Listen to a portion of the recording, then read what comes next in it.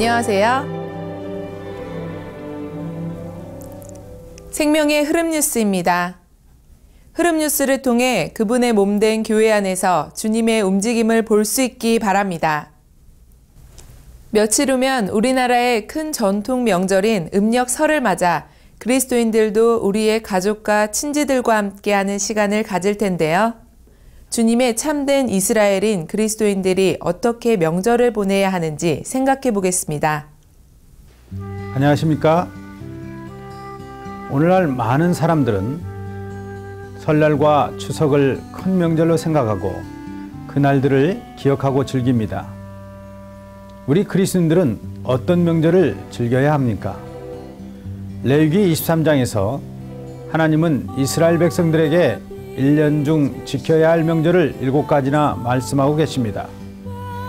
이스라엘 백성들은 이러한 명절을 통하여 하나님께 감사를 드리고 즐거워했습니다.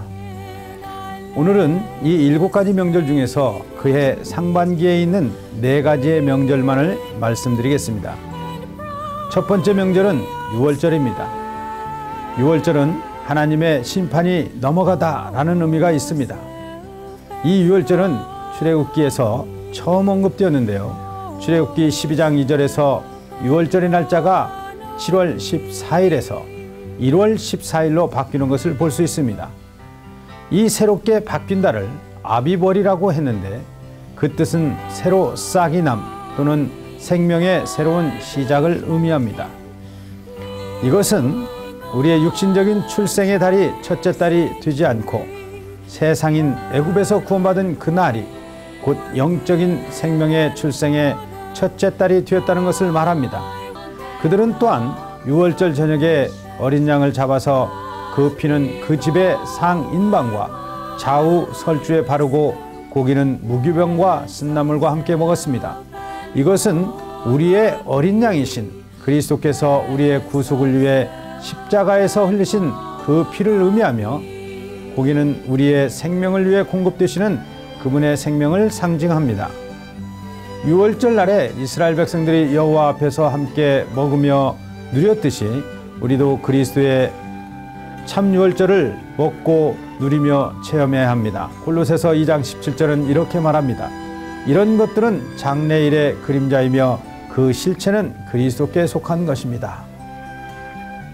오늘날 참 이스라엘인들로서 우리 믿는 이들은 이러한 명절 기간에 우리의 명절의 실제이신 풍성하신 그리스도를 더욱 충만하게 누리고 체험함으로 그리스도를 믿지 않는 가족들과 친지들에게 흘러내보내기를 원합니다. 아멘. 감사합니다. 중고등부 형제 온전케 하는 훈련 집회에 이어 중고등부 자매 온전케 하는 훈련 집회가 지난 1월 16일부터 19일 주일까지 전북 장수군 한국농업연수원에서 있었습니다. 약 480명이 참석했고 이번 집회에서 중고등부 자매들 안에 있는 신성한 생명의 역량과 찬송, 전람시간, 반주봉사 등 적극적으로 기능을 발휘하는 모습을 보였습니다. 주예수님, 베드로는 자신이 주님을 시인하지 않을 것이라고 확신하였습니다. 하지만 베드로는 주님을 3번이나 배반하였습니다. 주예수님, 저희는 너무 나약한 존재입니다. 저희는 확신할 수 없습니다. 우리가 무슨 일이 있든지 항상 주님을 향한 마음이 계속되고 매 순간순간마다 미치신 주님께로 돌이키기 원합니다. 오늘 아침부터 사탄이 저를 배 아프게 함으로써 정말 주의 말씀을 잘 듣지 못하게 저를 괴롭게 하였습니다. 하지만 주님이 이 배 아픔을 견디고 오늘 집회에 집중할 수 있게 하시면 감사합니다. 주님의 가치를 알고 기회를 붙잡아 향유를 부은 마리아와 같은 헌신된 자매들로 모두 얻으시기 바랍니다. 2014년 국제봄 장로 동역자 훈련 집회 안내입니다. 2014년 4월 4일부터 6일 주일까지 미국 애너하임에서 집회가 있습니다. 각지 교회 장로 형제님과 책임 형제님들 및 동역자 형제님들의 많은 참여 있으시기 바랍니다. 접수는 아래에 제시된 팩스나 이메일로 보내주시면 됩니다.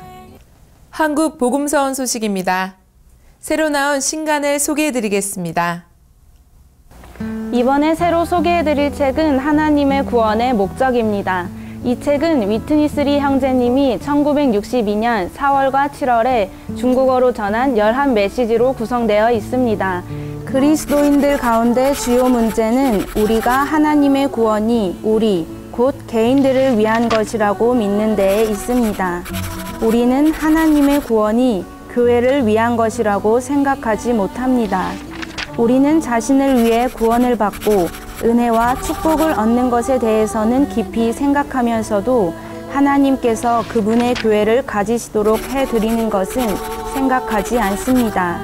그러나 하나님의 관념과 목적은 전적으로 교회에 집중되어 있습니다. 하나님의 구원은 그분의 교회를 건축하기 위한 것입니다.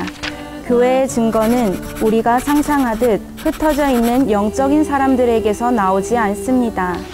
하나님은 개별적인, 흩어진 증거가 필요 없으십니다. 그분은 한 무리의 사람들이 영 안에서 그분의 거처로 함께 건축되어 그분의 단체적인 증거가 되는 것이 필요합니다. 이러한 이유로 우리에게는 반드시 구체적인 터가 있어야 하고 결코 우리의 뜻대로 부주의하게 교회 집회를 세워서는 안 됩니다. 우리는 어떤 곳이든 오직 하나의 지방교회만 있음을 인정합니다.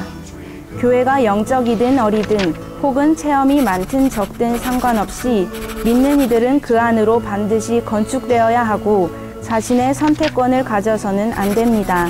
우리의 선택이나 기호에 따라 또 다른 집회를 세우는 것은 그리스도의 몸을 손상하고 하나님의 건축을 파괴하는 것입니다. 우리는 결코 이런 일이 일어나도록 허용해서는 안 됩니다. 주님의 긍휼로 하나님의 구원이 개인들을 위한 것이 아니라 그분의 교회를 건축하기 위한 것임을 볼 수 있기 바랍니다. 감사합니다.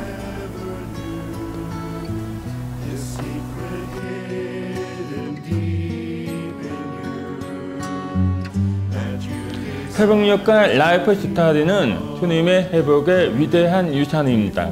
우리의 중고등부 형제자매들이 하실 때에 회복력과 라이프 스타일로 양육을 받는다면 얼마나 건강한 다음 세대가 될 수 있겠습니까? 그래서 전국 중고등부 봉사팀과의 고통을 통해서 새벽 이세를 제작하게 되었습니다. 이 새벽 이세를 잘 활용하시려면 먼저 하루에 15분을 주님께 드려야 합니다. 15분을 주님께 드릴 때에 이 새벽 이슬은 풍성한 양식이 될 것입니다. 제가 중고등부 봉사할 때에 평소에 아쉽게 생각한 두 가지가 있는데, 하나는 중고등학생들이 사역의 말씀을 잘 누릴 수 있는 기회가 없다는 것이고, 또 하나는 중고등학생 때에 배워야 할 필수적인 것들을 골고루 배울 수 없었다는 것입니다.